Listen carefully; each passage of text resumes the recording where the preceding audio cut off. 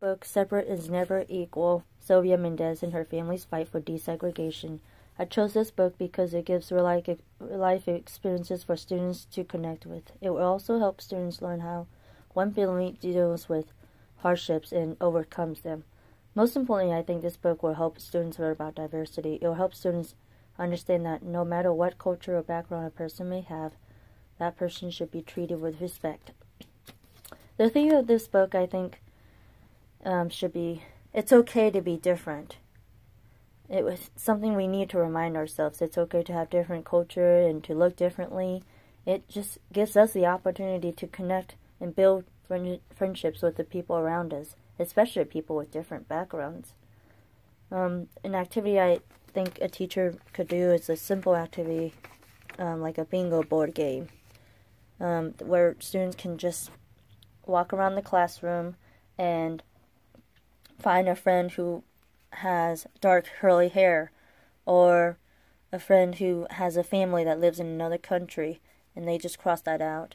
Their goal is to fill out a cross, like 5 in a row or something like that, to win the game. And this, for students who don't have, who do not speak English really well, I could read it out loud for the students. I think just in general doing this would help students develop social interaction and just to get to know their students in the classroom better. Alright, I'm going to read this book. Sylvia had on her black shoes.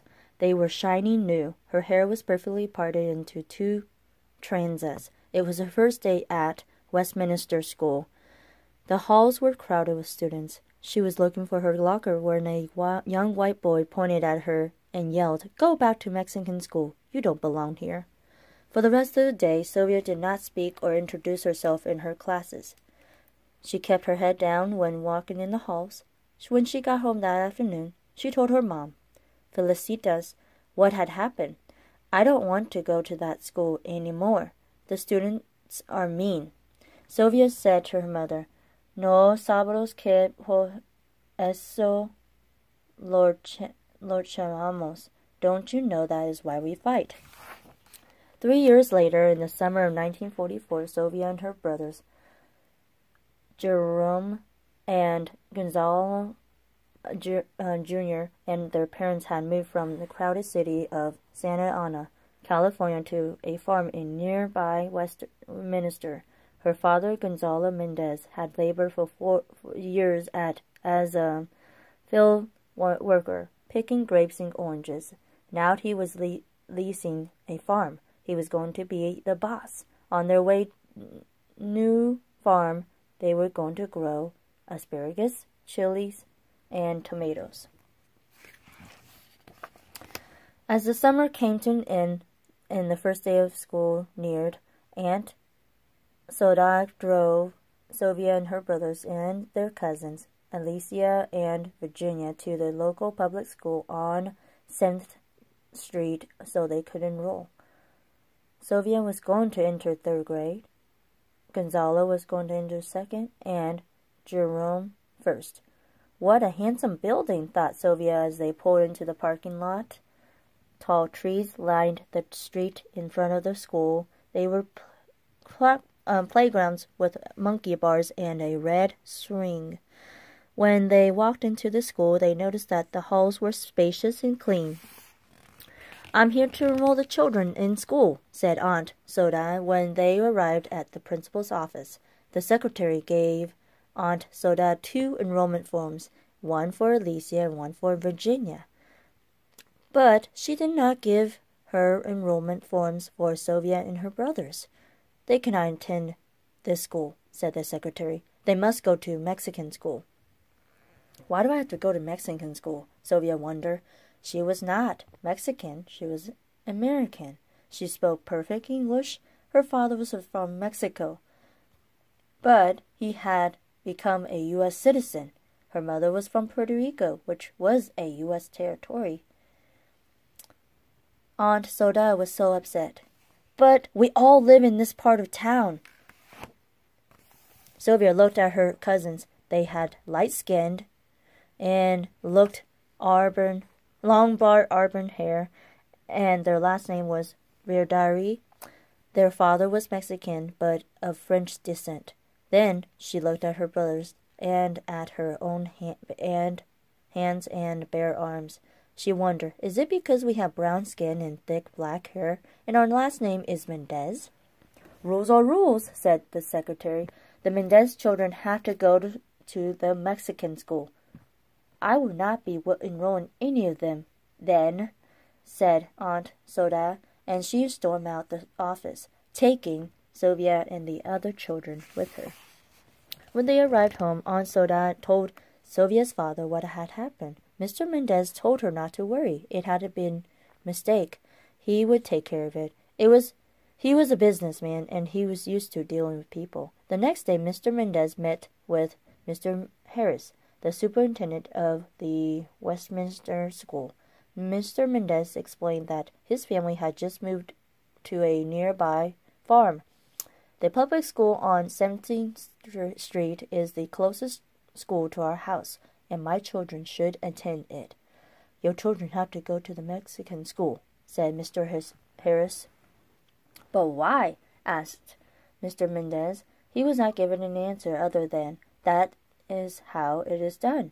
In the following days, Mr. Mendez met with Mr. Atkins, the county superintendent, Mr. Harris's superior, and then the school board, which oversaw all of the school in Orange County, but all said the same thing. Your children have to go to Mexican school. But why? Mr. Mendez kept asking.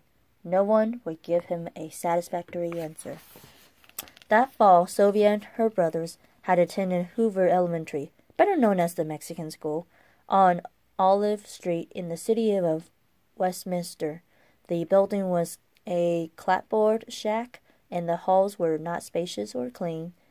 A cow pasture surrounded the school, and the students had eaten their lunch outside, and flies would land on their food. There was an electric wire that surrounded the pasture to keep the cows in. If you touch it, you receive a shock. The school did not have a playground, not even a swing. The Mendez family did not give up. Time and time again, Sylvia heard her father talk with co-workers, friends, and other parents. It's not fair that our kids have to go to an inferior school, he said. It's not the only building that's a problem. The teachers at the school don't care about our children's education. They expect them to drop out by the 8th grade. How will our children succeed and become doctors, lawyers, or teachers? Mr. Mendez created a group called the Parents Association of Mexican American Children. He tried to collect signatures for a petition to integrate schools so that all children, regardless of their skin or color or background, could have the same opportunities. But every time he asked someone to sign a petition, he would get the same answer. No queremos problemas. We do not want any problems. Many of the parents worked on farms owned by white families and feared that they would lose their jobs if they supported the petition. One day, a truck driver overheard Mr. Mendez trying to convince a worker to sign his petition. You know, said the truck driver, you could file a lawsuit. The truck driver told Mr. Mendez about the lawyer and named David Marquez, who had filed a lawsuit on behalf of the people in San Bernardo and had helped them integrate the public pools there. At that time, not only were schools segregated, but also other public places as well, such as pools, parks, and movie theaters. Some businesses even have signs that read, "No dogs or Mexicans allowed." Mr. Mendez decided right then and there to hire Mr. Marquez, even if it meant having to spend all of his savings to do so. Over the next few months, Mr. Mendez and Mr. Marquez traveled all over Orange County looking for people who had experienced similar problems. Sylvia watched her father leave early in the morning. Sometimes She saw him coming home in the evening, but often she only heard his footsteps when he got in late at night. While he was away, Sylvia's mother had to take care of the farm. Mrs. Mendez would get Sylvia and her brothers ready for school, and then she would go out to the fields. She started the irrigation system, drove the tractor, oversaw the workers, and solved any problems that arose. With the help of Mr. Marquez, Mr. Mendez found and talked with other families who were dealing with the segregation. One of them was Estrada family.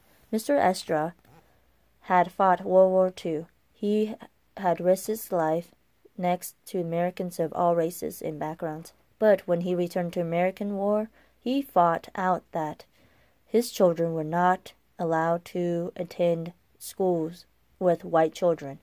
Es una injusticia, said Mr. Mendez. It's an injustice. The Estrada family joined the Mendez case, and so did the 3 more families. The families were from different school districts in Orange County: Westminster, where Sylvia lived, Gardner Grove, El Mondana, and Santa Ana. Mr. Mendez wanted to show that segregation of schools affected not only Sylvia and her brothers, but more than 5,000 children in the public school system all over Orange County. On March 2nd, 1945, Mr. Marquez went to the courthouse and filed the lawsuit. The trial was held at the courthouse in Los Angeles. Sylvia and her family dressed in her best clothes and sat in the courtroom to listen. The hearing lasted for 5 days. Each day, Mr. Marquez called to the stand parents from the different districts in Orange County, and the superintendents from each district too. One day, on the first day, Mr. Kent, the superintendent of the Gardner Grove district, was questioned. He said that he sent children to the Mexican school to help them improve their English. That is a lie, thought Sylvia. Her English was as good as the English of any of the children at the Westminster school. Do you give them any tests? Asked Mr. Marquez. Mr. Kent claimed that he did. We do so by talking to them. That is another lie, Sylvia wanted to yell. No one had questioned her.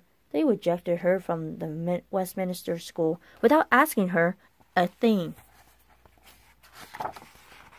For what other reason do you send children to the Mexican school? Asked Mr. Marquez. Sylvia and her family embraced themselves to hear what Mr. Kent would say next. For their social behavior, they need to learn cleanness of mind, manner, and dresses. They are not learning that at home. They have problems with lice, impetigo, and tuberculosis. They have generally dirty hands, face, neck, and ears. The Mendez family and other families in the room stared at Mr. Kent in disbelief. What he was saying was not true.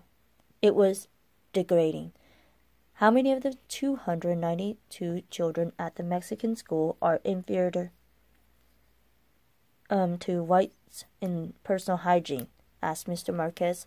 At least 75%. And in their scholastic ability? 75%. In what respects are they inferior? In their economic outlook, in their clothing, in their ability to take part in the activity of the school. Do you believe that white children are superior to Mexicans in the respects that you have mentioned? Yes, and that is one of the reasons they are being segregated. Yes? Time again, Mr. Mendez had asked, why can't my children attend the Westminster school? Now he had his answer. On the second day, Mr. Marquez called to the stand a 14-year-old student from the Mexican school in El Mondana. Her name was Carlo Torres. She spoke perfect English. It was clear that she had not been sent to Mexican school because she had problems speaking the language, as the defense lawyers claim. Mr. and Mrs. Mendez were questioned on the third and fourth day, and so was Mr. Harris, the superintendent of the Westminster school. Sylvia was not called to the stand, but she was really ready to testify if they asked her to. She tried looking her best every morning. She practiced what she would answer. On the 5th day and final day of the hearing, Mr. Marquez called to the stand 2 education specialists to explain why it was bad to segregate children into different schools. Segregation tends to give an aura of inferiority. In order to have the people of the United States understand one another, it is necessary for them to live together. And the public school is the one mansion where all children of all people go, said one of them. The judge nodded his head. He seemed to agree with this. Judge Paul McCormick took almost a year to give his decision, but when he did, he ruled in favor of the Mendez family. In ruling he said public education must open all children by unified school association regardless of language. This meant that everyone must be allowed to attend the school no matter what his or her race or background. The Mendez victory made newspaper headlines. Sylvia's family was ecstatic, but they did not have much time to celebrate because the school board appealed the case. That is asked for another trial. Sylvia and her family had to go to the state court in San Francisco to argue the case again. In new trial, the Mendez family received support from the League of United Latin American Citizens, the National Association for the Advancement of Colored People, the Japanese American Citizens League, and the American Jewish Congress, and other associations. These groups sent letters with information relevant to the case and asked the judge to rule in favor of the Mendez family. Sylvia was amazed that people of different backgrounds and from different parts of the country had never met her family were getting involved in the case of trying to help them. But her mother said, "Cuanto las casas es puertas, los demás te siguen." When you fight for justice, others will follow. On April 15, 1947, the judges in the Court of Appeals in San Francisco ruled in favor of the Mendez family again. That June, Governor Earl Warren signed the law that said that all children in California were allowed to go to school together, regardless of race, ethnicity, or language. Sylvia, remember, we fought to make sure you could attend a good school and have equal opportunities. Sylvia thought long and hard about what her mother said. The next day, she returned to Westminster School. This time, she did not listen to any whispers. She ignored the children who pointed at her and called her names. Instead, she held her head high. Her parents fought not only for her and her brothers, but for all their classmates. Looking around, she saw that other children were smiling at her. By the end of the day, she had made a friend. And by the end of the school year, she had made many friends of different backgrounds. She knew that her family had fought for that.